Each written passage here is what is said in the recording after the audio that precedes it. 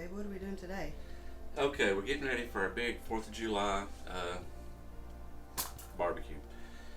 So what we're going to do today, we're going to do a Ridgewood barbecue with some slight Ridgewood style barbecue, with some slight variations. Okay, so what we've got, I've got 2 boneless pork loins and a beef round roast, because now Ridgewood has barbecue beef too, even though a lot of people wouldn't know that because they just go for the pork sandwich. But what we're going to do is some options and variations today. Is first I'm going to inject it. We have had this, and we usually use stuff like this for turkeys and stuff at Thanksgiving to inject, but we're going to inject everybody with this stuff. Then we're going to hit with a slather.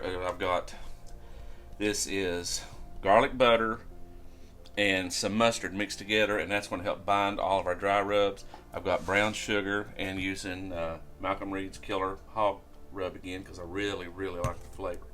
So first thing we're going to do is inject everybody. Then we're going to start the beef on the end, because even though we like eye browned,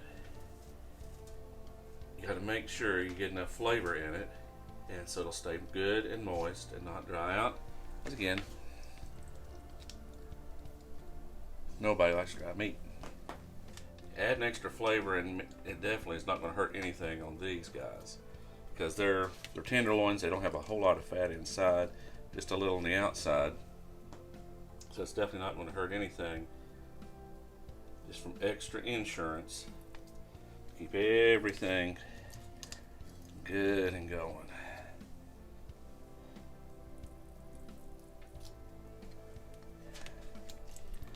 And I'm pretty sure Ridgewood probably does not inject their meat. I can't imagine they would. They've got their process they've been doing for, I don't know, 40 or 50 years or something, however long they've been open. But we're doing things just a little bit different this time. But we're still going to slice it the way they do it tomorrow morning, and then throw it on the griddle the way they do it. Okay, well, that was odd.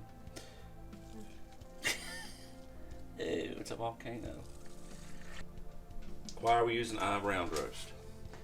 As you can come up and see, the grain is running, all of it is running this way, so that should make it very easy for slicing and staying tender. So that's what our hope is. And probably what I'll do with the rest of this is just kind of pour it in on the sides and use it to help. I may use it as a basting later. I think I'll do that instead.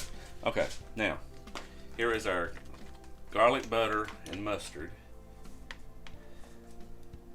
Good.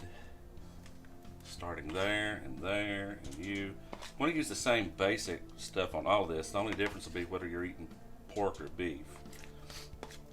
And in our area, pork has always been the king of barbecue, but I'm here to tell you, beef, if done right, can be really good.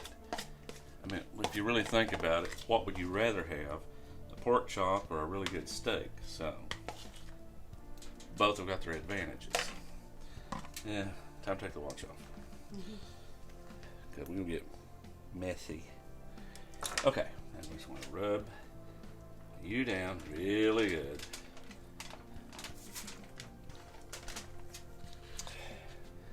And here comes our brown sugar. Again, I am using dark brown sugar because I like it. I still don't understand everybody's obsession over light brown sugar. It's good. It's not as good as dark. Wouldn't you agree, Deanne? Extra molasses, extra flavor. Use good stuff. If you're going to all this trouble, use good stuff. Hello, Malcolm. And that's why we put all that mustard everywhere, so this stuff will stick and not just fall off.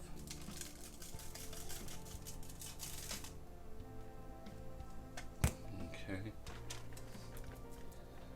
Just mash it in, rub it in a little bit. It's not going to penetrate a lot. You're never going to get those rubs to go all the way and totally get your meat all the way through and through. But you just add an extra flavor on top, and it really does help. But there's just no way, even if we let this sit overnight, not going to happen. Where are my Oh, I didn't turn these yet. I get distracted when I'm talking. Okay, now for the rub on this side.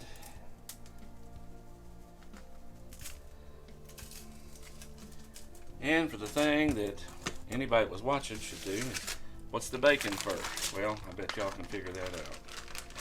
For the beef, you're going to wrap it in bacon.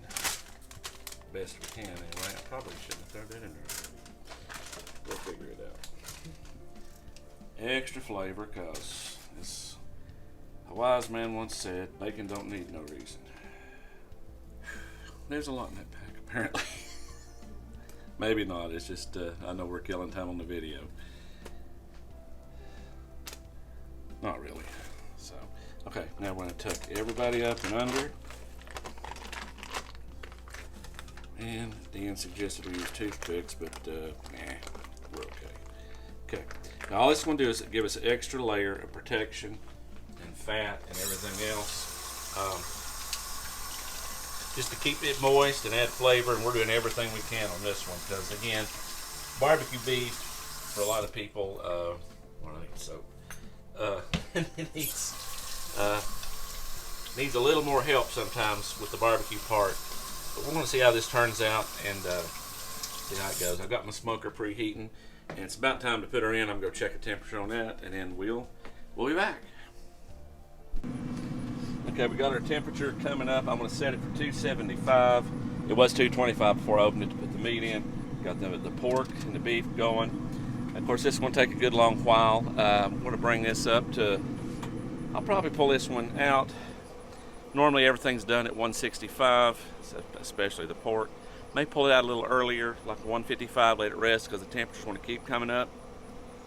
And tomorrow we're going to throw everything after we've sliced it really thin, hopefully on the black stone, weather permitting and everything, and get everything good and cooked up the way that they do it. So, anyway, we'll check back later.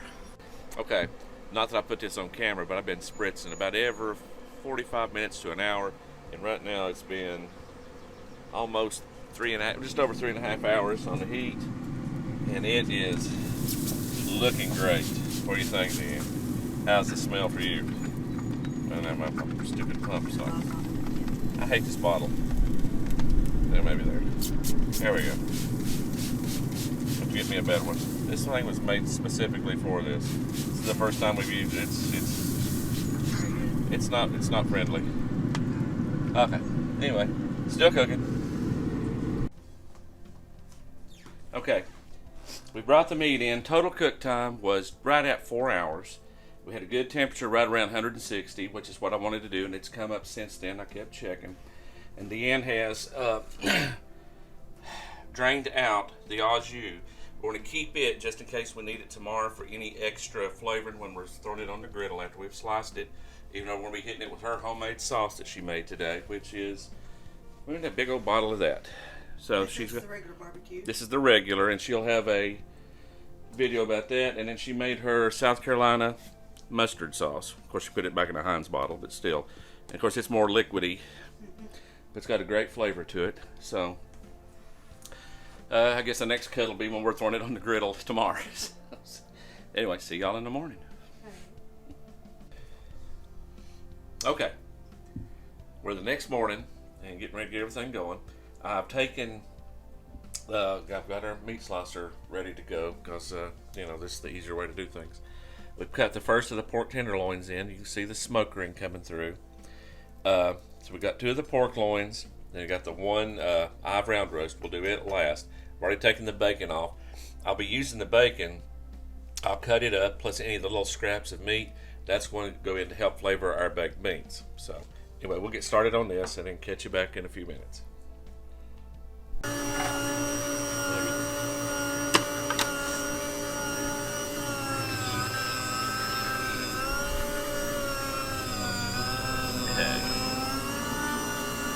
Still going, but it's going.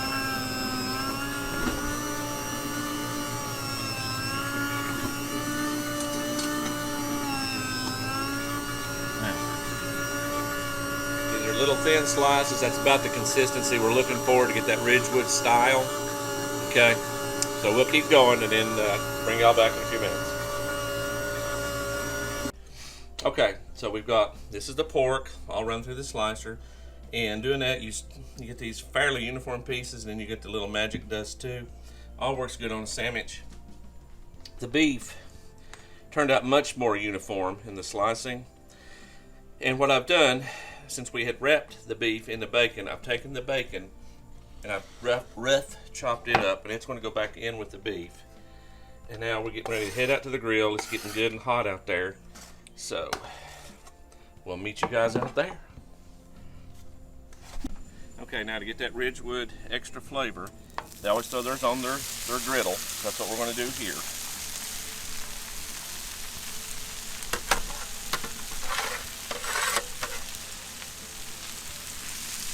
Spread that out. Let it come up to temp.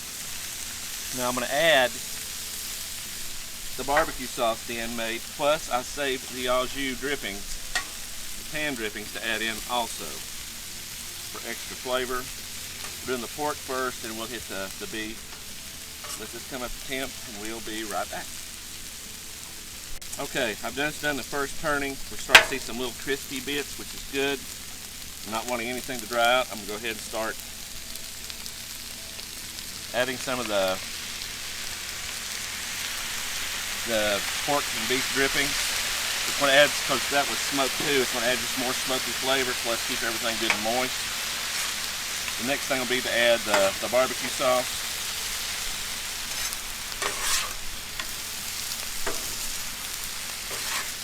What do you think of that smell, Deanne? Mm-hmm. Wonderful, ain't it? You see those smoke rings coming in and out on the slices of pork. Mm-hmm.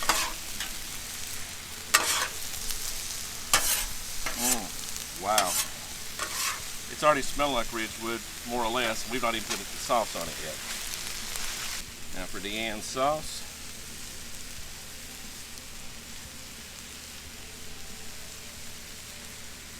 Now we're going to see some smells come up. Well, I don't know if you can see a smell. That doesn't make any sense. Who cares? It's good eats. At Deanne's suggestion, we're going to throw some of her mustard sauce on it. Now that's definitely not something that Ridgewood does, but it's not going to hurt anything. Add a little more, a little bit different flavor. We had this little extra in a bottle that we needed to use up, because who wants to store that all the time? Just take up room in the fridge. These Blackstones, they've become real popular in the last couple of years, but we've always used griddles. Growing up in Mom and Dad's house, they had an indoor griddle that came on their stovetop. Jen Air brand, I think. I'm not even sure they make those things anymore. But we griddled a lot of stuff growing up. Everything. Breakfast, whatever. Same stuff you do here. You can fry a lot of bacon on these, pancakes, hamburgers, whatever. Okay. And we'll start offloading this into our roasting pan. It'll help keep everything warm as we transport it. We'll put the beef over to one side of this so it doesn't get mixed up and everybody get confused. I don't think it's going to matter. It's all going to be good.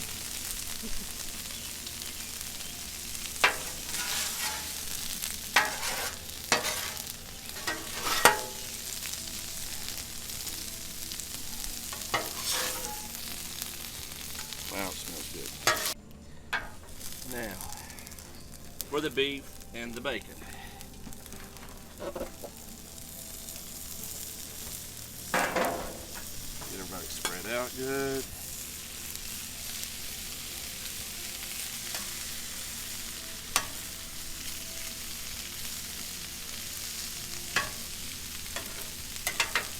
And add in our dripping, au jus. Keep everything good and moist. Beef and pork gravy. Okay. Same thing with the sauce.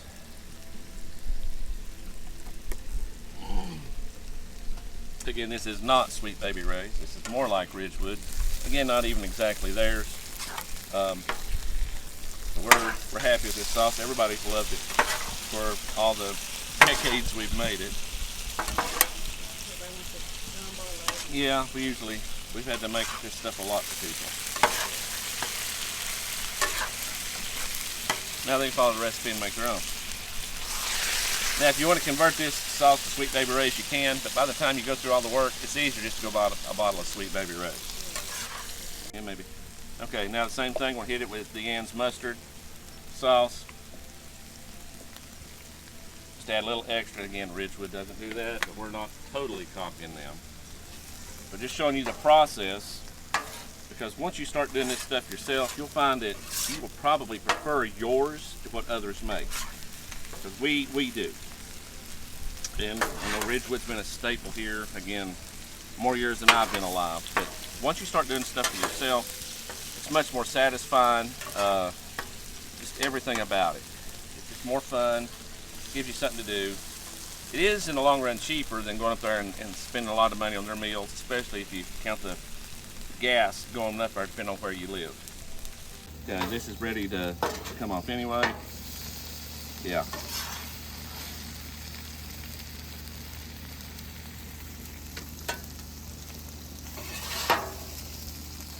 And I don't think anybody's going to confuse these two. Just looking at the picture. Yeah. You can tell. Yeah, I can tell the difference. You can tell easily which one's beef, Yeah. which one's pork. We set it all from the same size on the slicer, and everything is just, it really sliced differently. Yes, it sure did. And just looking at the two, I think the beef looks better. But I guarantee you, when I ask everybody, they're all going to say the pork tasted better. We'll see. We'll see. Because every time we do it, it's a little bit different. Yeah, and that's the thing. Every good barbecue is a little different. So that's about it for now. Now we'll move on to making the beans. Okay, now for the beans, what I'm doing today, this is not Ridgewood beans, this is Brian's beans. What I have done, I've gotten a couple of big cans of Bush's original baked beans, and I've drained them because I want to add my own flavor, not have all of their syrup. I'm going to add my syrupy stuff to it. So to that, I'm going to add about a tablespoon of jalapenos and the scraps of the beef and the pork that we had left over. The itsy bitsy crumbs. The itsy bitsy crumbs and the dust stuff that wouldn't go well to a sandwich. And which one's open? There we go. Some brown sugar to taste. That's not an exact measurement, that's me eyeballing it. Because, you know, that's what I'm doing. A couple of good squirts of mustard. Sounds like it's empty. Yeah, no, we just bought this. It's just not settled down yet. Right, turn it upside down. Oops. I'm always doing that. Fine mustard. All right. And about half of a medium onion.